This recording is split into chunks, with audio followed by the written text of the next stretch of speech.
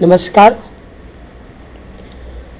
ઉચ્ચ શિક્ષણ કમિશનર શ્રી ગુજરાત રાજ્ય ગાંધીનગર દ્વારા આયોજિત સંધાનના આ કાર્યક્રમમાં ઉપસ્થિત આપ સર્વ વડીલ તથા વિદ્યાર્થી ભાઈ બહેનોનું હાર્દિક સ્વાગત છે. આજે આપણો વિષય છે માર્કેટિંગ મિશ્ર, માર્કેટિંગ મિક્સ, એટલે કે 4P. 4Pમાં આપણે અહીંયા વિગતે અભ્યાસ કરવાનો છે. અહીંયા આપણે જોઈએ તો કોઈ પણ ધંધાકીય એકમ માટે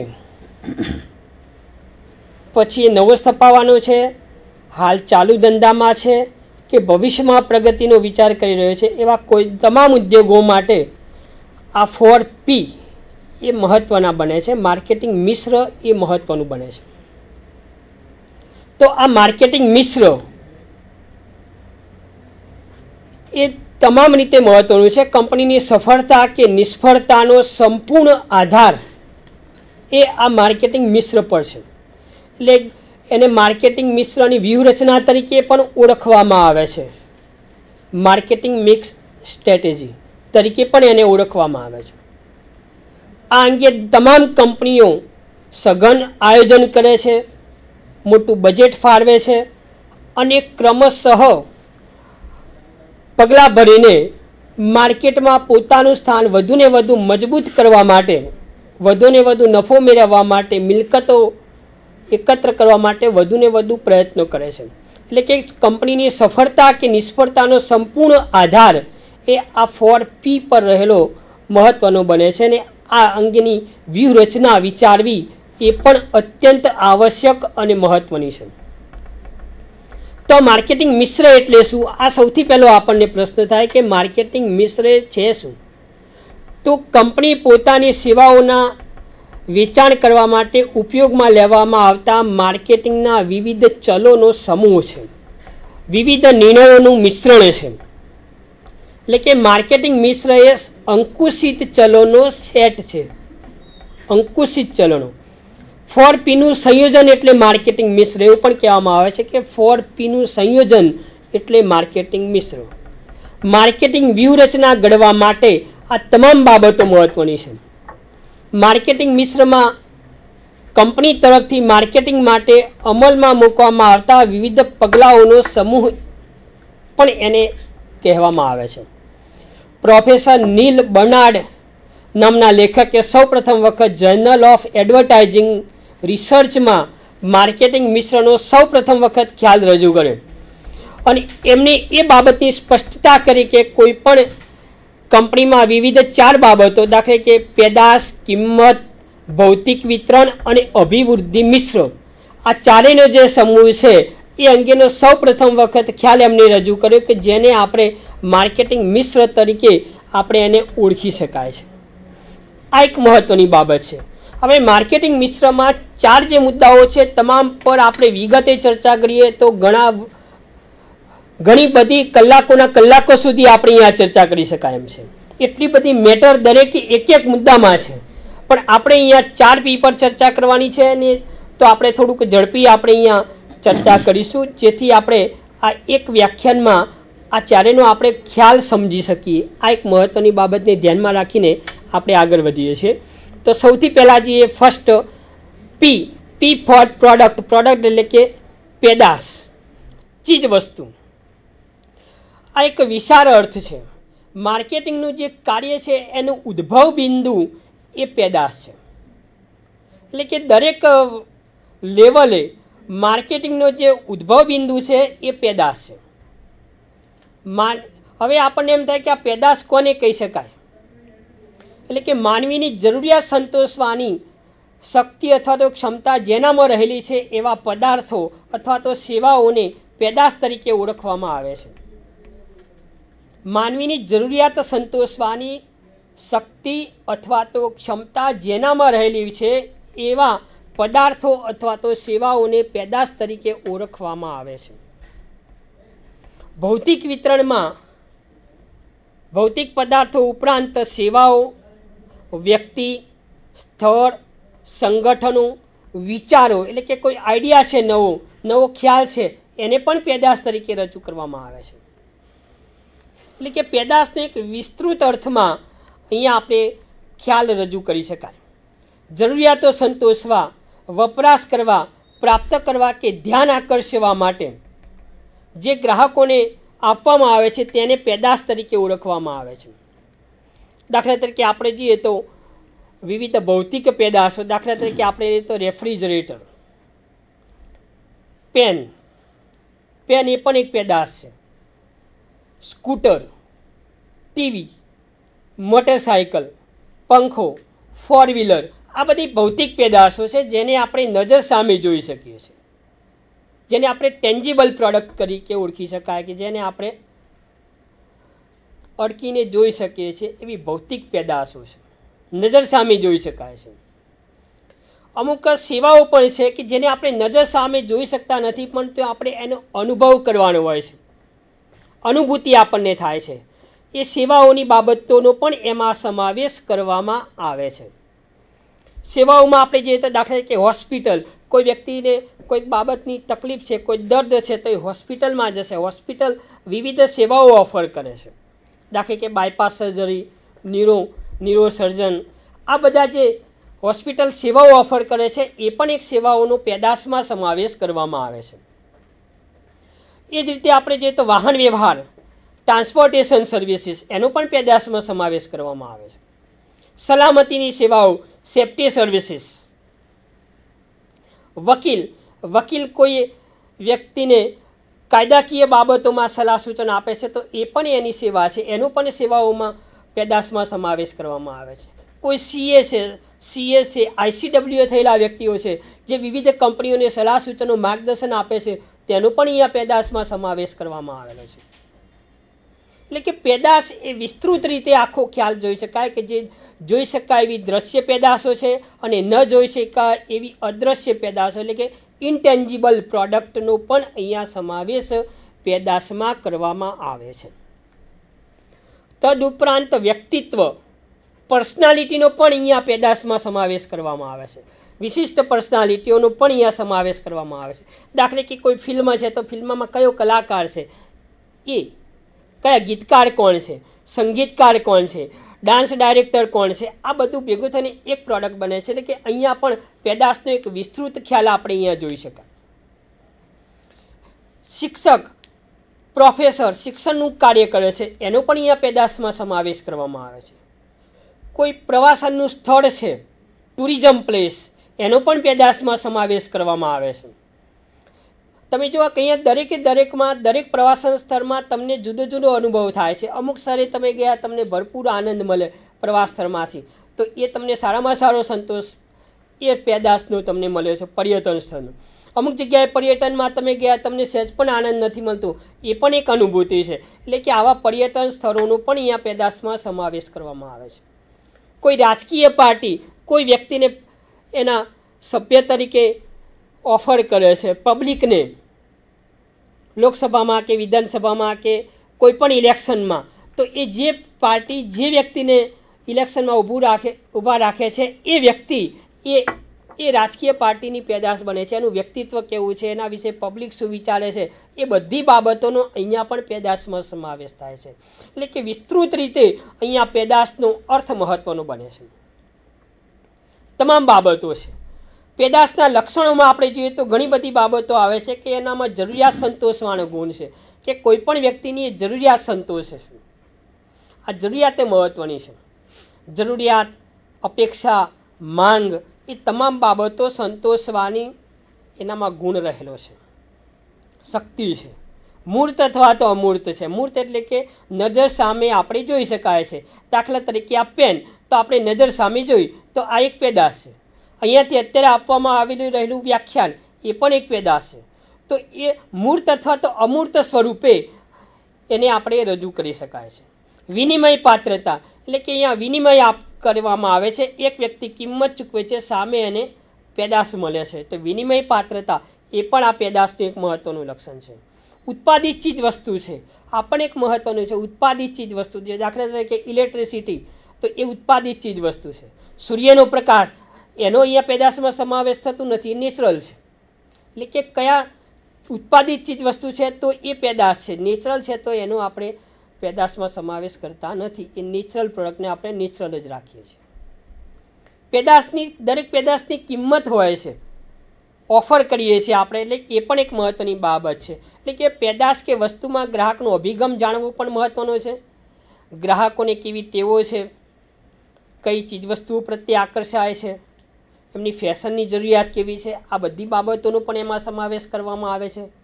દરેક પેદાશની એક કિંમત છે, એક કરતાં વધુ જરૂરિયાતો એ સંતોષાય છે, એ પણ રીતે પેદાશ મહત્ત્વની બાબત બને છે. દરેક પેદાશમાં ગ્રાહક ખરીદી કરે પછી અને જુદા જુદા અનુભવો થતા હોય છે, તેના આધારે સૂચનો કરે છે, પોતાની ફરિયાદો રજૂ કરે છે. તો એના પ્રમાણે ઉત્પાદકો ઉપસ્થિત ચીજ વસ્તુમાં ફેરફારો કરે છે અને થોડોક ફેરફારો કરીને નવી વસ્તુ બજારમાં મૂકે છે.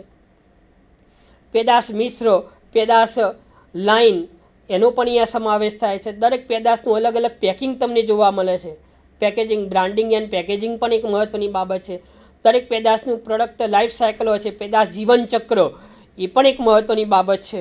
તો અહીંયા આ દરેક લેવલે પેદાશ એક વિસ્તૃત ખ્યાલ છે અને વિશેષ અર્થમાં એને લેવામાં આવે છે. તો એ રીતે જોતાં આ પેદાશ એક મહત્ત્વની બાબત છે. પેદાશોનું આપણે વર્ગીકરણ જોઈએ તો મુખ્ય બે પ્રકારની પેદાશો છે. એક ગ્રાહક ઉપયોગી પેદાશો એટલે કે કન્ઝ્યુમર ડ્યુરેબલ પ્રોડક્ટ, અને બીજી છે ઔદ્યોગિક પેદાશો એટલે કે ઇન્ડસ્ટ્રીયલ પ્રોડક્ટ. આ બે પ્રકારની પેદાશો આપણને જોવા મળે છે. ગ્રાહક ઉપયોગી ચીજવસ્તુ એટલે કે છેલ્લો ગ્રાહક એ ચીજવસ્તુઓનો ઉપયોગ કરે છે, એવી જે વસ્તુઓ છે એ ગ્રાહક ઉપયોગી ચીજવસ્તુઓ છે. દાખલા કે પેન, કાગળ, ટેબલ ઘરમાં ઉપયોગી કરીએ છીએ તો એ બધી ગ્રાહક ઉપયોગી ચીજવસ્તુઓ છે. ઔદ્યોગિક પેદાશો, જે કોઈ ઔદ્યોગિક એકમો બીજી ચીજવસ્તુનું ઉત્પાદન કરવા માટે ખરીદી કરે એને ઔદ્યોગિક પેદાશો તરીકે પણ ઓળખવામાં આવે છે. દાખલા તરીકે યંત્રો, મશીનરી, કાચો માલ સામાન, પુરવઠો, આ બધા જે છે એને ઔદ્યોગિક પેદાશોમાં સમાવેશ કરવામાં આવે છે. એટલે કે બે મુખ્ય પેદાશો છે કે વપરાશી પેદાશો અને બીજી છે ઔદ્યોગિક પેદાશો. વપરાશી પેદાશોના ગ્રાહકો તમને કરોડોની સંખ્યામાં જોવા મળે. જેટલી ભારતની વસ્તી છે એ બધા જ એના ગ્રાહકો છે. આખું મોટું બજાર કહી શકાય, જેની તમે ન્યૂઝપેપર વગેરેમાં જાહેરાત આપો. પણ ઔદ્યોગિક પેદાશો છે જેના લિમિટેડ ગ્રાહકો છે, જેને તમે જાણતા હો, ડાયરેક્ટ કોન્ટેક્ટ કરો અને એની તમે માર્કેટ મેળવવાનો પ્રયત્ન કરવામાં આવે છે. તો આ બંને રીતે, આ બંનેની બાબતોમાં આ પેદાશનો ખ્યાલ એ વિસ્તૃત અર્થમાં આપણે અહીંયા જોઈ શકાય છે અને એ રીતે એ મહત્ત્વનો છે. કોઈ સારો સંગીતકાર સારું મ્યુઝિક બનાવે છે તો એ પણ એક એની પેદાશ છે. કોઈ વ્યક્તિ સારો ગીતકાર છે, સારામાં સારું ગીત રજૂ કરે છે, એ પણ એક એની પેદાશ છે. તો એટલે કે પેદાશ એ વિસ્તૃત અર્થમાં છે, વિશાળ અર્થમાં એને આપણે રજૂ કરી શકાય. હવે આપણે જે બીજો પી ફોર છે, બીજો પી છે આપણે પ્રાઇઝ એટલે કે કિંમત. આ પણ એક મહત્ત્વની બાબત છે. કિંમતનો જે નિર્ણય છે એ અત્યંત નાજુક નિર્ણય છે. આ એક મહત્ત્વની બાબત છે કે કિંમતનો નિર્ણય એ નાજુક નિર્ણય છે, એટલે કે મહત્ત્વનો સંવેદનશીલ નિર્ણય છે, જે કંપનીના નફા પર સીધી અસર કરે છે. કંપનીનો જે ટાર્ગેટ છે, દાખલા તરીકે પ્રોફિટ મેક્ઝિમાઇઝેશન, નફો વધારવો છે, વેલ્થ મેક્ઝિમાઇઝેશન, મિલકતો વધારવી છે, તો એ તમામ પર આ કિંમત એ સીધી અસર કરતી તમને અહીંયા જોવા મળે કે ડાયરેક્ટ અસર કરે છે. પહેલાં આપણે જે કિંમત પેદાશ જોઈ, હવે આપણે કિંમત પર ચર્ચા કરીએ છીએ. તો કિંમત એ દરેક ચીજ વસ્તુની કિંમત હોય છે. દરેક ચીજ વસ્તુની કિંમત નક્કી કરવામાં આવે છે, ઉત્પાદકો નક્કી કરે છે. તો આ કિંમત એટલે શું, આપણે એનો અર્થ જોઈએ તો કિંમત એટલે વસ્તુના મૂલ્યની નાણાંમાં થયેલી રજૂઆત એટલે કિંમત. વસ્તુના મૂલ્યની નાણાંમાં થયેલી રજૂઆત એટલે કિંમત. વસ્તુ કે સેવાની માલિકીની ફેરબદલી સામે પ્રાપ્ત થતું નાણાકીય મૂલ્ય એટલે કિંમત. દાખલા તરીકે આ એક પેન છે, એ 5 રૂપિયામાં ખરીદી તો એ શું કહેવાશે, એની કિંમત કહેવાશે, એ એની કિંમત છે. પેન ખરીદવી હશે તો 5 રૂપિયા ચૂકવવામાં આવશે, ત્યારે સામેથી વેપારી ગ્રાહકને એક પેન આપે છે, તો એ એની કિંમત છે. તો એને આપણે કિંમત તરીકે ઓળખી શકાય. એટલે કે વસ્તુ કે સેવાની માલિકીની ફેરબદલી સામે પ્રાપ્ત થતું નાણાકીય મૂલ્ય એટલે કિંમત. પેદાશ કે સેવાના વિનિમયમાં આ નાણાકીય માપદંડ જે છે એને આપણે કિંમત તરીકે ઓળખવામાં આવે છે. કિંમત અત્યંત મહત્ત્વનો નિર્ણય છે. બીજા નંબરનો પ્રાઇઝ. કિંમત નિર્ધારણના દરેક કંપનીના અલગ અલગ હેતુઓ તમને જોવા મળે છે. Difference objectives concern with pricing. સૌથી પહેલાં આપણે પ્રાઇઝિંગ ઓબ્જેક્ટ એટલે કે એના હેતુઓમાં જોઈએ તો સૌથી પહેલો હેતુ છે રોકાણ પર નિશ્ચિત દરે વળતર મેળવવું. જે કંપનીએ જેટલું મૂડીરોકાણ કર્યું છે એના પર નિશ્ચિત દરે એમને વળતર મેળવવું છે. દાખલા કે 10% વળતર મેળવવું છે, 15% વળતર મેળવવું છે કે 20% વળતર મેળવવું છે.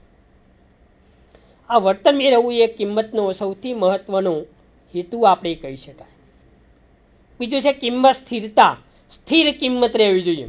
અત્યારે તમે જો ચીજ વસ્તુઓના ભાવો જેમ જેમ વધતા જાય છે એમ ચીજ વસ્તુઓની પડતર કિંમત વધે છે. પડતર કિંમત વધે એટલે વેચાણ કિંમત તમારે વધારવી પડે. જો વેચાણ કિંમત નહીં વધારે તો તમારું નફાનું માર્જિન છે ઓછું થશે.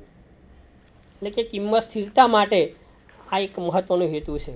બજારનો હિસ્સો જાળવવાનો પણ એક હેતુ છે. બજારમાં તમારો હિસ્સો જાળવવો છે. માર્કેટ લીડર છે કંપની, બજારમાં નેતાગીરી છે, ચેલેન્જર છે એટલે કે પડકારયુક્ત કંપની છે, ફોલોઅર છે. દરેક અલગ અલગ સ્ટેજ જે છે એ જાળવી રાખવા માટે પણ આ કિંમતનો એક મહત્ત્વનો હેતુ આપણે જોઈ શકાય. હરીફાઈને પહોંચી વળવા માટે પણ એક મહત્ત્વની બાબત છે. માર્કેટમાં હરીફાઈ તમને અત્યારે જબરજસ્ત જોવા મળે છે. માર્કેટમાં ટકી રહેવું એક મહત્ત્વનું છે. માર્કેટમાં બહુ જોરદાર યુદ્ધ ચાલે છે પ્રાઇઝિંગ, તો એ હેતુને પણ અહીંયા મહત્ત્વનું બને છે કે હરીફાઈને પહોંચી વળવા માટે તમારે એવી કિંમત રાખવી પડે કે જેથી તમે હરીફની સામે ટકી શકો. મહત્તમ નફો મેળવવો છે. ગુણવત્તા તમારી પેદાશની કેવી છે, આ પણ એક મહત્ત્વની બાબતો અહીંયા લેવાશે. એટલે કે પેદાશની વિશિષ્ટતા, પેદાશનું બજાર કેવું છે, પેદાશના વિતરણ મધ્યસ્થીઓ જે છે એમનું કમિશન કેટલું થાય છે, આ બધી બાબતોનો એમાં સમાવેશ કરવામાં આવે છે. સ્થિર કિંમત, વેચાણ પછીની સેવાઓ, પેદાશની ઉપયોગના હેતુઓ, પેદાશની કિંમતમાં સ્થળનું સ્થળાંતર જે છે એ પણ અહીંયા મહત્ત્વની બાબત બને છે. એટલે કે પેદાશ એ મહત્ત્વની બાબત છે. એક વસ્તુ તમે ગુજરાતમાંથી ખરીદો કે પછી કન્યાકુમારીથી ખરીદો, કાશ્મીરમાંથી ખરીદો, કોઈપણ જગ્યાએથી તમે ખરીદો, અમુક ચીજ વસ્તુઓની એક જ સરખી તમને કિંમત જોવા મળે છે. આપણી કિંમત નિર્ધારણમાં મહત્ત્વનો ભાગ ભજવે છે કે સ્તર પ્રમાણે એમાં ફેરફાર ન થવો જોઈએ. આ એક મહત્ત્વની બાબત છે. તમે પાર્લેનું પેકેટ ગુજરાતમાંથી, અમદાવાદમાંથી ખરીદો કે દિલ્હીમાંથી ખરીદો, એક સરખી જ કિંમત એની જોવા મળે છે. અલગ અલગ વ્યૂહરચનાઓ છે પ્રાઇઝિંગની. કિંમતની અસર કરતા અનેક પરિબળો પણ છે. કંપનીનું ધ્યેય શું છે એ પણ એને અસર કરતા પરિબળ છે.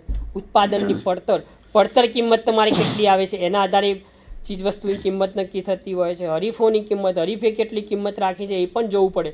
હરીફે ઓછી કિંમત રાખી હોય ને નવો ઉત્પાદક બજારમાં આવે અને ઊંચી કિંમત રાખે તો કોઈ ખરીદી નહીં કરે.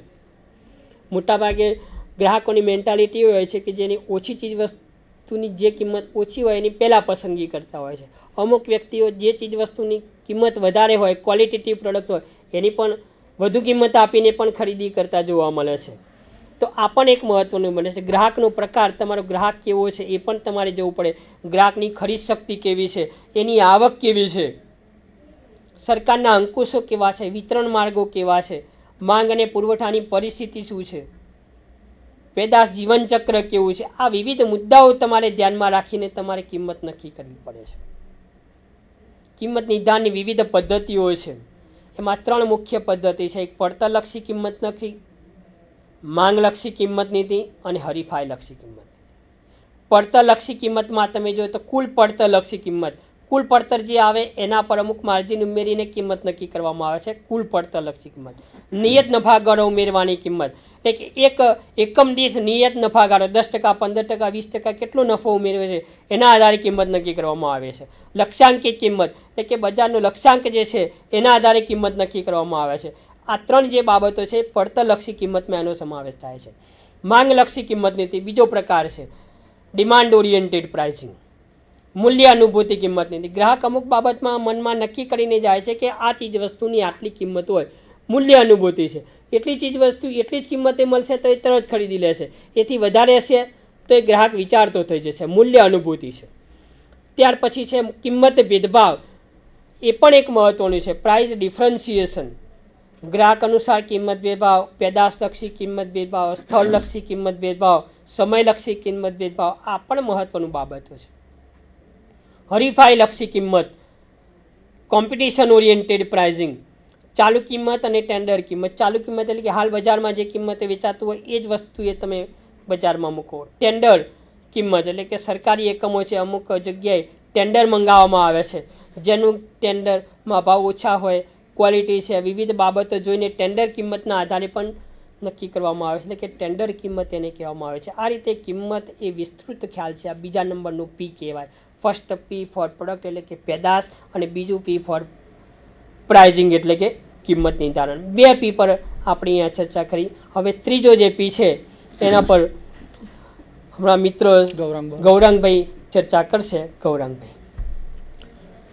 નમસ્કાર વિદ્યાર્થી મિત્રો, આભાર રાવલ સાહેબ. આજનો આપણો વિષય છે માર્કેટિંગ મિશ્ર. માર્કેટિંગ મિશ્ર એટલે કે માર્કેટિંગ શબ્દ તો વારંવાર આપ વિદ્યાર્થી મિત્રો સાંભળ્યો હશે.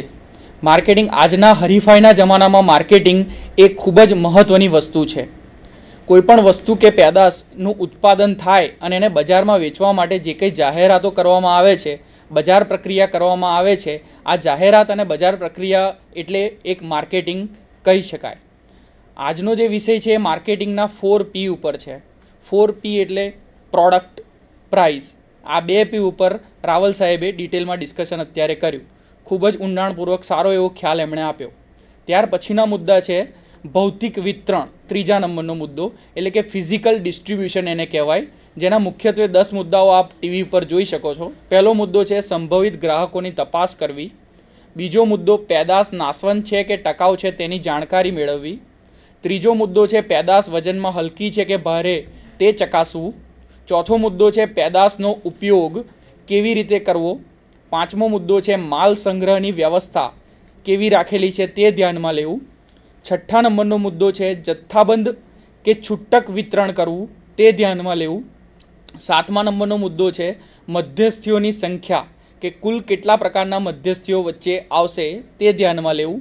ત્યાર પછીનો મુદ્દો છે માલિકોને છૂટક સંખ્યામાં છૂટક દુકાનોમાં વેચાણ કરવું. ત્યાર પછીનો મુદ્દો છે સોલ સેલિંગ એજન્સીઓને કોન્ટ્રાક્ટ આપી અને વિતરણની વ્યવસ્થા ગોઠવવી. અને છેલ્લો મુદ્દો છે કે ડિલિવરીના વાહનો કેવી રીતે પસંદ કરવા.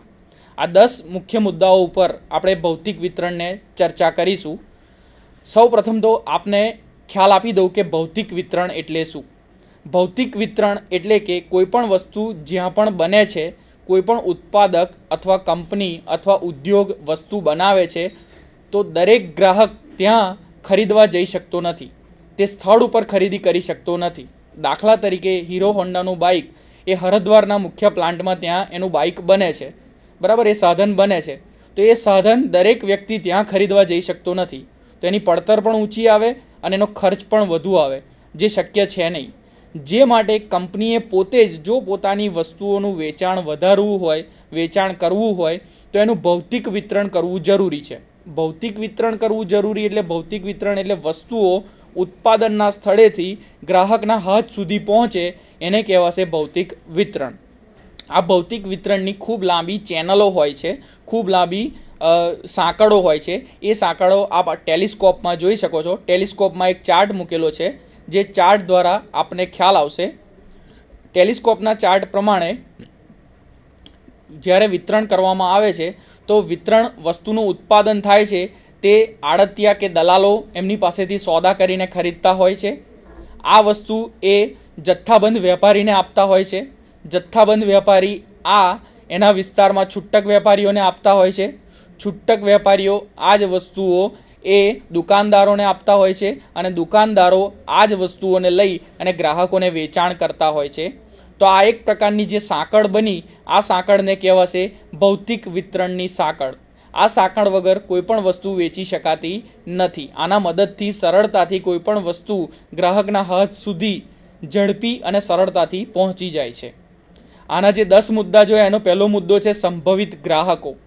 સૌ પ્રથમ કંપની જ્યારે વસ્તુ કે સેવાનું નિર્માણ કરે ત્યારે એના સંભવિત ગ્રાહકો કયા કયા વિસ્તારમાં અને કયા કયા સ્થળે રહેલા છે તે ધ્યાનમાં રાખી અને ભૌતિક વિતરણ કરવું જરૂરી છે.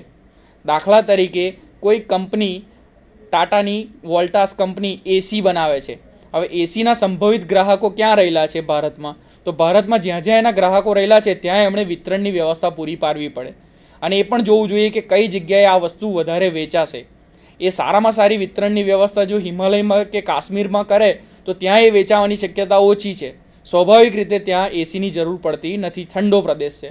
તો સંભવિત ગ્રાહકો ક્યાં રહેલા છે, એ વસ્તુ કોણ ખરીદશે અને કેવી રીતે એમને વસ્તુઓ પહોંચાડવી, એ સંભવિત ગ્રાહકો શોધી અને ત્યાં સુધી આ ફિઝિકલ ડિસ્ટ્રીબ્યુશન એટલે ભૌતિક વિતરણની ચેનલ સાંકળને ગોઠવવામાં આવી જોઈએ, જેથી કરીને ગ્રાહકો સરળતાથી એ વસ્તુ ખરીદી શકે.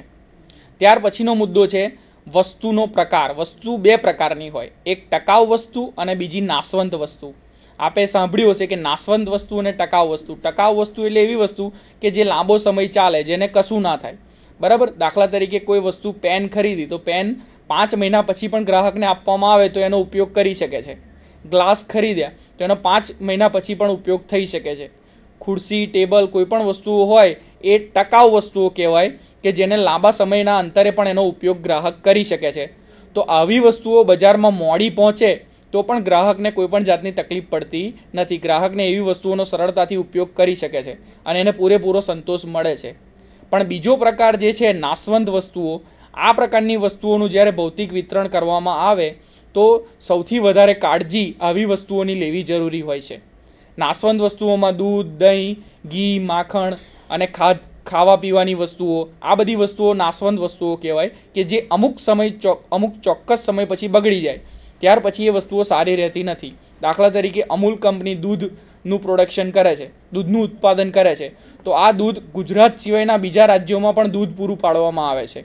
હવે આ દૂધ જો સામાન્ય વાતાવરણમાં લઈ જવામાં આવે, એનું વિતરણ કરવામાં આવે તો એ રસ્તામાં જ બગડી જાય, ગ્રાહકો સુધી પહોંચતું નથી, ગ્રાહકોને તે દૂધથી સંતોષ મળતો નથી અને ગ્રાહકો પૂરે પૈસા ચૂકવતા નથી, કંપનીને ખોટ ભોગવવી પડે.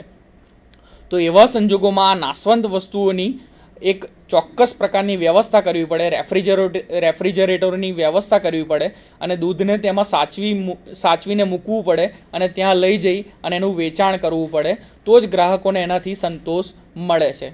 આ હતો બીજો મુદ્દો. ત્રીજો મુદ્દો છે વસ્તુનું વજન. વસ્તુ બે પ્રકારની હોઈ શકે. વસ્તુ વજનમાં ભારે પણ હોઈ શકે અને હલકી પણ હોઈ શકે. હલકી વસ્તુ દાખલા તરીકે પેન કે મોબાઈલ, આવી વસ્તુઓનું જ્યારે વિતરણ કરવાનું હોય તો હલકી વસ્તુઓ છે. આવી વસ્તુઓ એક સાથે 100, 200, 500, 1000 નંગ પણ સરળતાથી એક સ્થળેથી બીજે સ્થળે મોકલી શકાય છે, જેમાં કોઈ પણ માધ્યમનો ઉપયોગ કરી શકાય છે. પરંતુ જો ભારે વસ્તુ હોય, દાખલા તરીકે ટીવી, ફ્રીજ કે એવી કોઈ મોટા પ્રકારની વસ્તુઓ હોય અને એને જ્યારે એક સ્થળેથી બીજા સ્થળે મોકલવાનો હોય તો એમાં ખૂબ જ તકેદારી રાખવી પડે છે, જે જથ્થાબંધ મોકલી શકાતા નથી, છૂટક મોકલવા પડે છે અને જેનો વિતરણનો ખર્ચ પણ ઊંચો આવે છે. તો એવા સંજોગોમાં એ નક્કી કરવું જોઈએ કે વસ્તુ કયા પ્રકારની છે અને તેના આધારે માધ્યમ નક્કી કરી શકાય કે કયા માધ્યમથી એને આપણે વિતરણ કરવી છે. ત્યાર પછીનો ત્રીજો મુદ્દો છે પેદાશની વપરાશ. પેદાશનો ઉપયોગ કે પેદાશનો ઉપયોગ કેવા પ્રકારનો થવાનો છે. પેદાશનો ઉપયોગ સામાન્ય રીતે લોકો મોજ શોખની વસ્તુ માટે કરવાના છે, અથવા તો એને જીવન જરૂરિયાતની વસ્તુ છે, અથવા તો રોજબરોજની જરૂરિયાત છે. કેવા પ્રકારનો ઉપયોગ છે તે ધ્યાનમાં લઈ અને તેનું વિતરણ કરવું જોઈએ. જો એ જીવન જરૂરિયાતની વસ્તુઓ હોય તો યોગ્ય સમયે, યોગ્ય જગ્યાએ, યોગ્ય સ્થળે વસ્તુ મળી રહેવી જોઈએ, તો જ એને જીવન જરૂરિયાતના ઉપયોગમાં લઈ શકાય. અને જો ફેશનની વસ્તુ છે, મોજ શોખની વસ્તુ છે, આ વસ્તુઓ જો થોડા મોડા સમયે, થોડાક સમય પછી પણ જો પહોંચાડવામાં આવે તો એવા સંજોગોમાં પણ કોઈ પણ પ્રકારની તકલીફ થતી નથી. એટલે જીવન જરૂરિયાતની વસ્તુઓને, ખાસ કરીને દવાઓને, એવી વસ્તુઓ જે હોય છે કે જેના વગર માણસને ઘણી બધી તકલીફો પડે છે, તો એવી વસ્તુઓ સરળતાથી અને ઝડપી રીતે પહોંચે તેવી વ્યવસ્થા કરવી જરૂરી બને છે. ત્યાર પછીનો ચોથો આપણો મુદ્દો છે સંગ્રહ કરવો, સ્ટોર કહેવાય જેને. કંપનીઓ જ્યારે ઉત્પાદન કરે છે અને દરેક શહેરની અંદર વેચાણ કરે છે તો દરેક શહેરમાં અમુક માલનો જથ્થો મોકલી દે છે, પણ આ જથ્થો એના એ જ દિવસે કે એના એ જ અઠવાડિયે કે મહિને વેચાતો નથી. આ માલ વેચાતા એમને ઘણો બધો સમય લાગે છે. આ માલ કાં તો 1 મહિનામાં, કાં તો 2 મહિનામાં, કાં તો 5 મહિનામાં વેચાણ થઈ રહે છે. હવે આ 5 મહિના દરમિયાન એ શહેરની અંદર જો એ માલ સામાન બગડી જાય અથવા એને આગ લાગે અથવા તો ચોરી થાય અથવા તો વસ્તુ કુદરતી સંપત્તિને કુદરતી નુકસાનને કારણે કુદરતી આપત્તિને કારણે વસ્તુઓ બગડી જાય તો એવા સંજોગોમાં ઘણી બધી તકલીફો ઊભી થઈ શકે છે. અને આ તકલીફોથી બચાવવા માટે દરેક શહેરમાં અથવા દરેક સ્થળે જ્યાં માલનું વિતરણ કરવામાં આવે છે તે દરેક જગ્યાએ સ્ટોર રૂમ, ગોડાઉન, એને ગુજરાતીમાં આપણે વખાર કહીએ છીએ, આ વખાર ભાડે રાખવી પડે અથવા તો કંપનીએ પોતાની વખારો ત્યાં બનાવવી પડે કે જ્યાં માલ સુરક્ષિત રહી શકે, માલને કોઈ પણ પ્રકારનું નુકસાન ના થઈ શકે અને ઘણા બધા સમય પછી પણ જો એને વેચાણ કરવામાં આવે તો પણ ગ્રાહકને એ વસ્તુ એકદમ ફ્રેશ, તાજી લાગે અને એકદમ સચવેલી લાગે, સારી અને નવી જ લાગે અને ગ્રાહક એના પૂરેપૂરા પૈસા ચૂકવે. એ માટે સંગ્રહ વ્યવસ્થા ઊભી કરવી એ ખૂબ જ જરૂરી છે.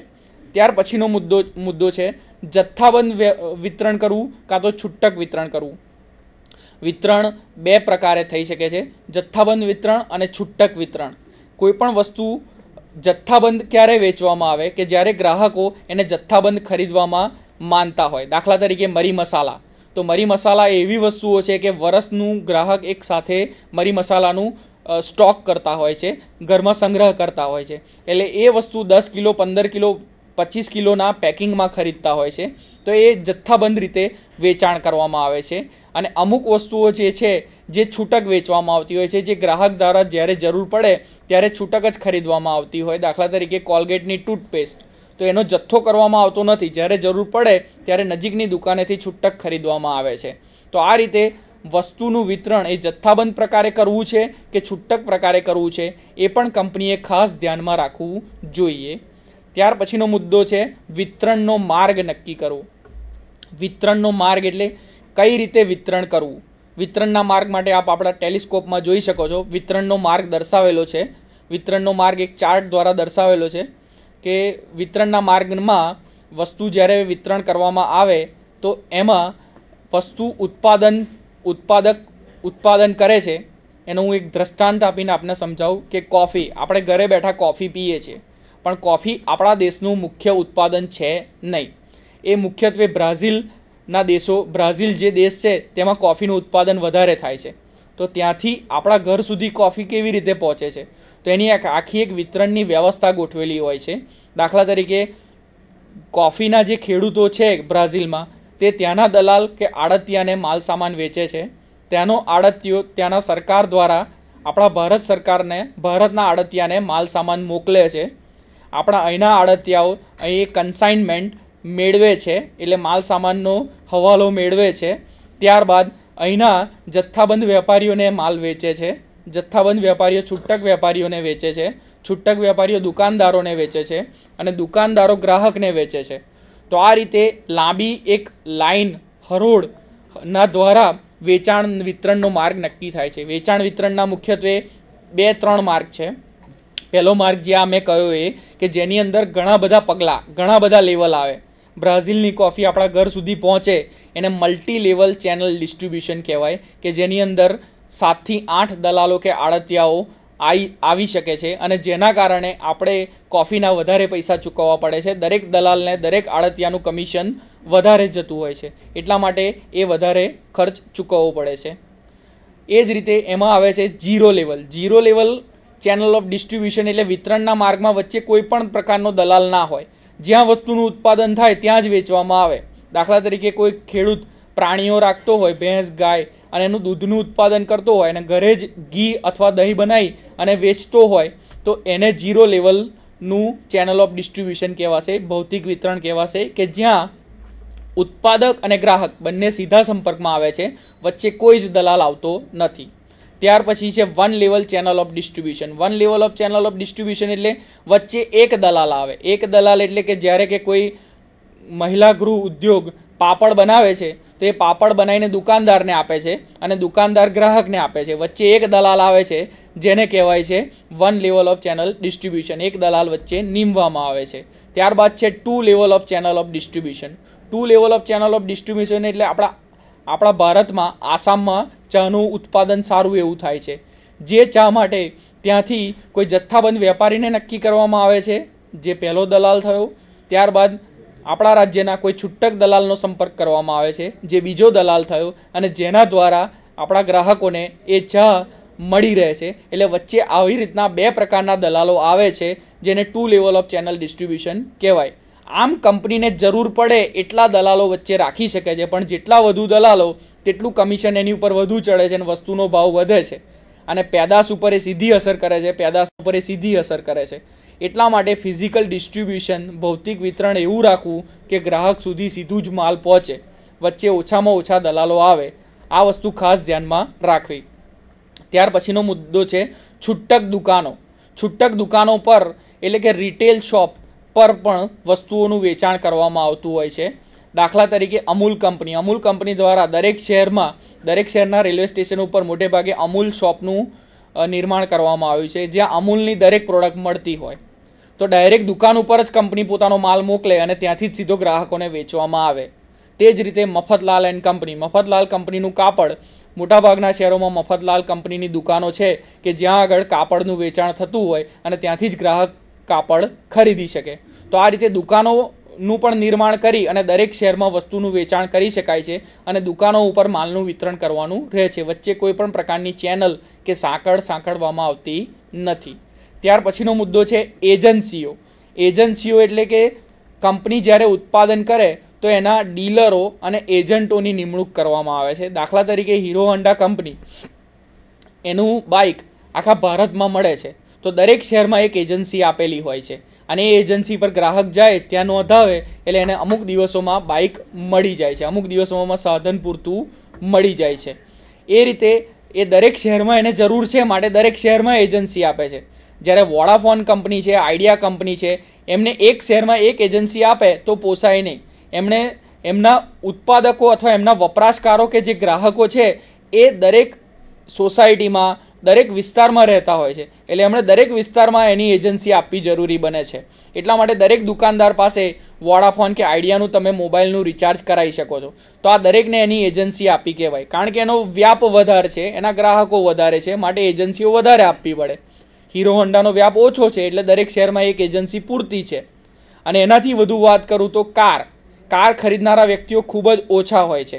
એટલે વોલ્ક્સવેગન જેવી કંપનીઓ છે એ આખા રાજ્યમાં 3 કે 4 જ કાઉન્ટર અથવા 3 કે 4 જ એજન્સીઓ આપે છે, જે મોટા શહેરમાં આપેલી હોય છે. આજુબાજુના નાના શહેર ને ગામના લોકોને જો ગાડી ખરીદવી હોય વોલ્ક્સવેગનની, તો અમદાવાદ, બરોડા, સુરત કે રાજકોટ જેવા મોટા શહેરમાં જઈ અને આ ગાડીની ખરીદી કરવી પડે. એટલે આની મુખ્ય 4 જ એજન્સી આપવામાં આવે છે. અને એનાથી વધુ વાત કરું તો મર્સિડીઝ કંપનીની જે કાર છે એની રાજ્યમાં એક જ એજન્સી હોય, આખા રાજ્યમાં એક જ જગ્યાએ એક જ એજન્સી, કારણ કે એના ગ્રાહકો બહુ જ લિમિટેડ છે, બહુ જ ઓછા છે. એટલે જેટલા વધુ ગ્રાહકો એટલી વધુ એજન્સીઓ, અને જેટલા ઓછા ગ્રાહકો એટલી ઓછી એજન્સીઓની નિમણૂક એ ઉત્પાદક દ્વારા કરવામાં આવતી હોય છે. ત્યાર પછીનો છેલ્લો મુદ્દો છે ડિલિવરી વાહનો. એટલે માલ સામાનનું વિતરણ કરવાના મુખ્યત્વે 4 પ્રકાર છે. પહેલું છે બાય એર, એટલે હવાઈ માધ્યમો દ્વારા કે એરોપ્લેન દ્વારા માલ સામાન ઝડપથી એક શહેરથી બીજા શહેરે મોકલી શકાય. બીજું છે રોડ ટ્રાન્સપોર્ટ. રોડ એટલે આપણા રસ્તાઓનો ઉપયોગ કરી ટ્રક અથવા બસ અથવા તો ટેમ્પા દ્વારા માલ સામાન મોકલવું. ત્રીજું છે દરિયાઈ માર્ગ, એટલે પાણીનો માર્ગ, જેમાં જહાજો દ્વારા માલ મોકલવું. અને ચોથું છે રેલ માર્ગ, કે રેલવેમાં વેગનો દ્વારા માલ સામાન મોકલવો. તો આ 10 મુદ્દાઓ આ રીતે સાંકળવામાં આવે છે. અને આ 10 મુદ્દાઓ એ ભૌતિક વિતરણ માટે ખૂબ જ મહત્વના છે. હવે પછીનો જે ચોથો પી છે 4P, અભિવૃદ્ધિ એટલે કે પ્રમોશન, તે ઉપર મારા મિત્ર ચિરાગભાઈ સાહેબ પ્રકાશ ફેંકશે. વિદ્યાર્થી મિત્રો નમસ્કાર. Professor doctor આર.વી. રાવલ દ્વારા અને પ્રોફેસર ડૉક્ટર શ્રી ગૌરાંગસિંહ બાળદ દ્વારા આપણને પેદાશ અને કિંમત અને બજાર અભિવિતરણ દ્વારા જે તમને સમજાવવામાં આવ્યું છે. હવે પછીનું જે પી છે તે પ્રમોશન એટલે અભિવૃદ્ધિ.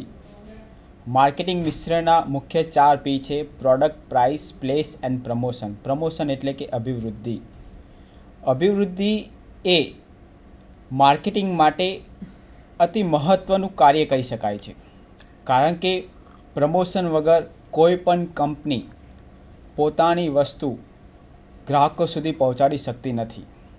કારણ કે જો એક કંપની વસ્તુનું ઉત્પાદન કરે છે, તે ઉત્પાદન કર્યા પછી તે ગ્રાહક સુધી પહોંચાડવામાં આવે છે, પરંતુ ગ્રાહક તે વસ્તુ બજારમાં ક્યારે ખરીદવા જશે જ્યારે તે ગ્રાહક તે વસ્તુ વિશે જાણતો હશે, ગ્રાહક તે વસ્તુ વિશે થોડી જાણકારી હશે, તેના ફેમિલી પાસેથી, તેના રિલેટિવ પાસેથી, તેના ફ્રેન્ડ્સ પાસેથી, અથવા તો જાહેરાત, જુદી જુદી જાહેરાતો, જેમ કે પ્રિન્ટ મીડિયા અને ઇલેક્ટ્રોનિક મીડિયા. પ્રિન્ટ મીડિયા દ્વારા જાહેરાત કરવામાં આવે છે અને ઇલેક્ટ્રોનિક મીડિયા દ્વારા જાહેરાત કરવામાં આવે છે. પ્રિન્ટ મીડિયા જેમ કે ન્યૂઝપેપર્સ, મેગેઝિન્સ, પોસ્ટર્સ, હોર્ડિંગ્સ, જુદી જુદી જગ્યાએ એડવર્ટાઇઝિંગ જાહેરાત કરવામાં આવે છે અને આ જાહેરાત દ્વારા ગ્રાહકોને આકર્ષવામાં આવે છે. અને બીજું છે ઇલેક્ટ્રોનિક મીડિયા. ઇલેક્ટ્રોનિક મીડિયા એટલે કે ટેલિવિઝન્સ, ઇન્ટરનેટ, રેડિયો, મોબાઈલ ફોન, જુદા જુદા દ્વારા ગ્રાહકોને જાહેરાત કરવામાં આવે છે. એટલે કે મુખ્ય બે મહત્ત્વના જાહેરાતના માધ્યમ છે પ્રિન્ટ મીડિયા અને ઇલેક્ટ્રોનિક મીડિયા. તો આ માધ્યમ દ્વારા ગ્રાહકોને આકર્ષવામાં આવે છે. એટલે કે દરેક વિદ્યાર્થી એવું સમજતો હોય છે કે પ્રમોશન એટલે કે ફક્ત વેચાણ વૃદ્ધિ, પરંતુ આ તમારો ખ્યાલ ખોટો છે. વેચાણ વૃદ્ધિ, અભિવૃદ્ધિ એટલે ખાલી ફક્ત વેચાણ વધારવાનું જ નહીં, પરંતુ ગ્રાહક કાયમી ધોરણે વસ્તુ સાથે સંકળાય અને બજારમાં તેનો વ્યાપ વધે તેવા પ્રયત્નો કરવામાં આવે છે. એટલે તેને અભિવૃદ્ધિ તરીકે ઓળખવામાં આવે છે. કોઈ પણ પ્રવૃત્તિ કે જેનાથી ગ્રાહકને આકર્ષી શકાય તેનો સમાવેશ અભિવૃદ્ધિમાં થઈ શકે છે. મુખ્યત્વે અભિવૃદ્ધિમાં 4 મેઇન પોઈન્ટનો સમાવેશ થાય છે: જાહેરાત, વેચાણ વૃદ્ધિ, જનસંપર્ક અને પબ્લિક રિલેશન્સ અને પર્સનલ સેલિંગ. આ 4 મેઇન પોઈન્ટ દ્વારા ગ્રાહકોને આકર્ષી શકાય છે. અહીંયા તમે ટીવી સ્ક્રીન ઉપર જોઈ શકો છો કે હેતુલક્ષી જાહેરાત કરવી. ગ્રાહકોને આકર્ષવા માટે કંપની દ્વારા હેતુલક્ષી જાહેરાત કરવામાં આવે છે. એટલે કે કંપની કોઈપણ વસ્તુ બજારમાં મૂકે અને મૂક્યા પછી ગ્રાહકોને કઈ રીતે આકર્ષવા, તો તે આકર્ષવા માટે હેતુલક્ષ હોવો જોઈએ. જેમ કે મારુતિ સુઝુકી કંપની ન્યૂઝપેપરમાં એડવર્ટાઇઝમેન્ટ આપે છે, ટેલિવિઝનમાં એડવર્ટાઇઝમેન્ટ આપે છે, તો તે એડવર્ટાઇઝમેન્ટમાં તેની જુદી જુદી હેતુ હોય છે. જેમ કે તેનો ઉપયોગ શું છે, પર કિલોમીટર, 19 કિલોમીટર પર લીટર. તો આ દ્વારા તેઓ ગ્રાહકોને આકર્ષે છે. બીજી જે કંપની હોય છે તે પોતાના ફીચર્સ દર્શાવીને ગ્રાહકોને આકર્ષતી હોય છે. તો આ ફીચર્સ દ્વારા ગ્રાહકોને વધુને વધુ આકર્ષવાના પ્રયત્નો કરવામાં આવે છે. એટલે કે હેતુલક્ષી જાહેરાત કરવી, તેનો ઉપયોગ શું છે અને તે ઉપયોગ કર્યા પછી તેની શું અસર થશે. જેમ કે તમે ન્યૂઝપેપર્સ જોતા હોય છો, તો ન્યૂઝપેપર્સમાં દરેક કંપનીની જુદી જુદી એડ હોય છે. તેમાં તેની કિંમત લખેલી હોય છે, તેના ફીચર્સ લખેલા હોય છે, કમ્પેરેટિવ સ્ટડી પણ હોય છે. જે જુદી જુદી હરીફ કંપની પોતાની પ્રોડક્ટ બજારમાં મૂકે છે, તો તેનાથી આપણી પ્રોડક્ટ વધારે સારી કઈ રીતે છે, તો તેની પણ તેઓ જાહેરાત કરે છે. એટલે કે કોઈપણ કંપની જ્યારે જાહેરાત કરતી હોય છે તો તેનો હેતુ શું છે. જેમ કે મારુતિ સુઝુકી કંપની પોતાની વેગન આર કંપનીની એડવર્ટાઇઝમેન્ટ કરે છે, તો તે દર્શાવે છે 10 lakhs 1, 10 lakhs 2. તો એ શું દર્શાવે છે? બજારમાં તેનું વેચાણ વધ્યું છે, દર વર્ષે તેનું વેચાણ વધ્યું છે. એટલે કે કંપની વેચાણ વધારો કઈ રીતે કરે છે, તેમાં કયા કયા ફીચર્સ સમાયેલા છે, તે દ્વારા વેચાણ વધારવાનો પ્રયત્ન કરવામાં આવે છે. બીજો પોઈન્ટ છે ગ્રાહકનો અંગત સંપર્ક કરવો. શા માટે ગ્રાહકનો અંગત સંપર્ક કરવો જરૂરી છે? કારણ કે કોઈ પણ વસ્તુ ગ્રાહક ખરીદે, તે ખરીદ્યા પછી ગ્રાહકને સંતોષ મળ્યો છે કે નથી મળ્યો, તે દરેક કંપની માટે જાણવું જરૂરી છે. કોઈ ગ્રાહકને આપણી કંપની પ્રત્યે, આપણી વસ્તુ પ્રત્યે, આપણી કિંમત પ્રત્યે જો સૂચનો હોય, ફરિયાદો હોય, તો તે દરેક કંપનીએ જાણવા જરૂરી છે. એટલા માટે દરેક કંપની પોતાના સેલ્સમેન રોકે છે અને તે salesman through, marketing research through તે ગ્રાહકો પાસે જાય છે અને ગ્રાહકોનો અંગત સંપર્ક દ્વારા તેઓ ગ્રાહકોની સૂચનો અને ફરિયાદો મેળવીને તે પોતાની પ્રોડક્ટમાં અને પોતાની કંપનીમાં ઇમ્પ્લિમેન્ટ કરે છે. એટલે કે ગ્રાહકોનો સંપર્ક કરવો જરૂરી છે. એ પછીનો પોઈન્ટ છે વિશિષ્ટ પ્રયત્નો કરવા. વિશિષ્ટ પ્રયત્નો એટલે કે કંપની દ્વારા જે કોઈ પણ વસ્તુ બજારમાં મૂકવામાં આવી છે, તો તેનાથી ગ્રાહકને શું ફાયદો થશે સેલ્સમેનને શું ફાયદો થશે અને વિતરકોને શું ફાયદો થશે. તો તે માટે જુદા જુદા વિશિષ્ટ પ્રયત્નો કરવામાં આવે છે. અને તે પ્રયત્નો કર્યા પછી ધારો કે કોઈ પણ કંપની બજારમાં વસ્તુ મૂકે તો તેનાથી શું શું ગ્રાહકોને ફાયદા થઈ શકે છે તે પણ દર્શાવવામાં આવે છે. જેમ કે SBI દ્વારા લોન, કાર લોન આપવામાં આવે છે, હોમ લોન આપવામાં આવે છે. તો એ લોન જે કમ્પિટિટિવ સ્ટડી છે બીજી બેંક કરતાં કઈ રીતે તે જરૂરી છે તે દર્શાવવામાં આવે છે. આમ વિશિષ્ટ પ્રયત્નો કરવામાં આવે છે. ત્યાર પછી ગ્રાહકલક્ષી વેચાણ વૃદ્ધિ. ગ્રાહકલક્ષી એટલે કે ગ્રાહકોને આકર્ષવા માટે જે કોઈ પણ પ્રયત્નો કરવામાં આવે છે તે ગ્રાહકલક્ષી વેચાણ વૃદ્ધિ તરીકે ઓળખવામાં આવે છે. જેમ કે ભેટ યોજનાઓ, કૂપન યોજનાઓ, ખાસ વળતર, શાકની સગવડ, આ પ્રયત્નો કરવામાં આવે છે. અત્યારે હાલ તમે જોઈ શકો છો કે ન્યૂઝપેપર્સમાં દરરોજ એક કૂપન આપવામાં આવે છે. શા માટે? કારણ કે ગ્રાહક તે કૂપન ખરીદે, 1 મહિનો પૂરો થાય તે કૂપન ચોંટાડીને ફોર્મ આપે, તેના બદલામાં ગ્રાહકને કોઈ ભેટ આપવામાં આવે છે. તો તે દ્વારા ગ્રાહક તે પેપર ખરીદે છે. તો આ માટે પણ પ્રયત્ન કરવામાં આવે છે. તો ગ્રાહકલક્ષી સગવડો. ત્યાર પછી વિતરકોલક્ષી સગવડો. વિતરકોલક્ષી એટલે કે જે મધ્યસ્થીઓ છે, જે કંપનીથી ગ્રાહકો સુધી વસ્તુ પહોંચાડે છે, તો તે વસ્તુમાં વિતરકોને કઈ રીતે ફાયદો થશે? તો તે વિતરકોને કમિશન આપવું, બોનસ આપવું, અમુક પ્રવાસની ફેસિલિટી આપવી. તો આ જુદી જુદી ફેસિલિટી દ્વારા ગ્રાહકોને આકર્ષવાનો પ્રયત્ન કરવામાં આવે છે.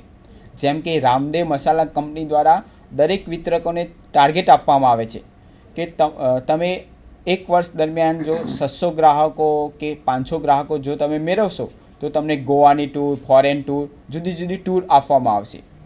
તો એટલે કે વિતરકોલક્ષી જુદી જુદી યોજનાઓ કરવામાં આવે છે. ત્યાર પછી સેલ્સમેન લક્ષી યોજનાઓ. સેલ્સમેન, કંપની માટે સેલ્સમેન જરૂરી છે. કારણ કે સેલ્સમેન એ ગ્રાહક સાથે સીધા સંપર્કમાં હોય છે અને સેલ્સમેન એ ગ્રાહકોની ફરિયાદો સીધી સાંભળે છે અને તે સાંભળ્યા પછી તે ડાયરેક્ટ કંપનીને પહોંચાડે છે. એટલે કે સેલ્સમેન લક્ષી પણ જુદી જુદી યોજનાઓ જરૂરી છે. જેમ કે તેને કમિશન આપવું, બોનસ આપવું, અમુક શાકની સગવડ પણ આપવી, તેને પ્રવાસ ભથ્થાઓ આપવા, જુદા જુદા ભથ્થાઓ આપીને તેને સગવડ પૂરી પાડવી. આમ સેલ્સમેન લક્ષી પણ યોજનાઓ જરૂરી છે. ત્યાર પછીનો પોઈન્ટ છે પ્રસિદ્ધિ બને તેવા કાર્યક્રમોનું આયોજન કરવું.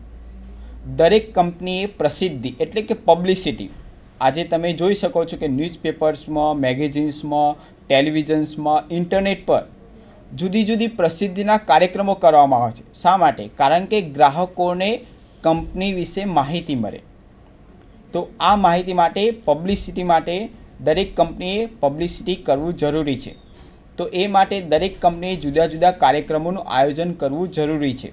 જેમ કે દર વર્ષે કંપનીએ નેત્રદાન શિબિર રાખવી, બ્લડ ડોનેશન કેમ્પ રાખવો, જુદા જુદા કેમ્પ રાખીને રાષ્ટ્રીય અને આંતરરાષ્ટ્રીય રમતોનું આયોજન કરવું.